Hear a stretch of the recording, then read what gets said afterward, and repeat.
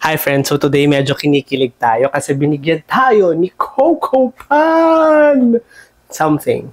So nakita nila yung video na shinare natin, yung super simple lang na happiness nung iniinom natin yung coffee. So they reach out to me, tapos gusto nila tayong itry itong bagong product nila. Let's open it! Wow! Wow! Ang bango! Me yesterday, pero yeah. May letter sila, and let's see anong sabi nila. Kikiligin ba ako? Char.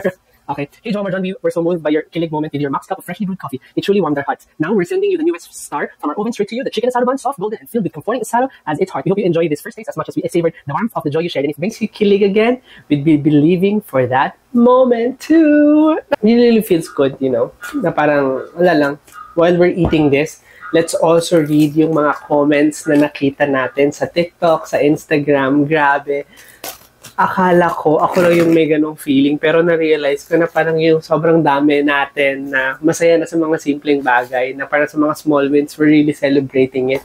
Parang para sa atin, ibig sabihin ng small wins, hindi naman makabili ng sasakyan, hindi naman makabili ng luxury bag or makatravel sa mga ibang bansa. But sometimes, para sa atin, ang pagiging masaya ay rewarding ourselves with convenience. Mag-tricycle, mag-move it, mag-angkas, at kumain ng mga cheat days natin. So while we are trying this Shophow from Coco Pan, magbasa tayo ng mga reactions sa Instagram at saka sa TikTok ng mga gusto nilang i-share sa mga, kasi parang nakita ko yung mga videos, parang nakakakilig yung mga comments ng mga tao. So yeah, sabi, may isa nag-comment, sabi ni Coco Pan, this is exactly why we do what we do. Hope every sip of that Max cup made the ride home feel worthwhile. Definitely. Ito pa, sabi ni Bianca Kicks, I love this for you. Gratitude is really what helps us have more appreciation both for highs and lows. Oh, ganda rin ang sinabi mo. This one is, ay sabi niya pa, si Naomi Capule, sabi niya, oh, I love that for you. Very true. Yung makapaggastos para sa convenience and food ng para sa'yo at sa family mo nang walang guilt. That kind of freedom and happiness that money can buy. Oh. Fairness, ha? Sarap. Ito pa. Sabi ni Rash Vargas, true, yung afford mo na gumastos ng extra para sa convenience mo kaysa tipirin yung sarili mo. Small things para sa iba pero big wins para sa'yo. Para sa atin, big wins yun. Oh, nakakaiyak naman. Oh, hanap pa tayo. At sabi ni Ariana Maria, inilalakad ko lang dati para makatipid pamasahe. Now, everyday move it. Oh, small wins indeed. Oh, sabi ni Miss Heaven Ashley, ang cute. Yung sobrang kuripot mo sa self mo pero hardworking ka naman. Minsan nakakalimutan mo na i-treat yourself. Kaya kung minsan bibili ako ng cravings ko, kakakilig, more success to come to us. Aww. So true, simple things that makes us happy, appreciating those are so lovely. Aww. Ito, sobrang natouch ako dito. Sabi niya, naaalala ko yung unang sahod ko. Excited ako habang nakapila sa ATM kasi first time ko makagamit. First time ko makahawak ng 13K kaya winidraw ko lahat. Diretso ako McDo. Order ako ng 2-piece chicken, extra rice, large fries, Coke float. Habang kumakain, mag-isa, kilig na kilig ako sa sarili ko. Biyahe ako 3 hours pa uwi. Hanggang pagtulog, nakangiti ako. Oh. Grabe. Grabe, no? Ngayon, kaya ko na mag-groceries nang hindi tumitingin sa presyo ng kada items po. Binibili ko yung sinasabi kong mahal nito noon. Amen.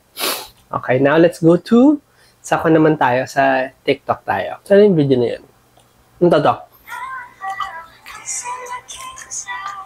Sabi ni Ali, a grateful heart finds joy in simple things. Aww. Ito sabi ni Happy, yung may errands ka tapos pag uwi, ni-treat mo yung sarili mo ng iced coffee, ang saya. Best feeling yung tatambay ka sa comfort place mo sa mall while eating or drinking your best comfort food. Oh. Okay. Sabi ni Shin Ramyon, it's the small things that makes us feel alive. Sabi ni Juju, this, small wins kumbaga, we don't always need to pit ourselves. Paminsan-minsan, we should splurge a little. Kahit kung sa iba, this is cheap. Pero para sa atin, nakuripot, splurge na ito. Aww. Sabi niya, hindi na mahirap bumili ng choco butternut munchkins. Kahit dalawa lang, super happy ko. Aww. Sabi ni Mami G, minsan, gusto ko bumili ng Milk Tea or Magnum.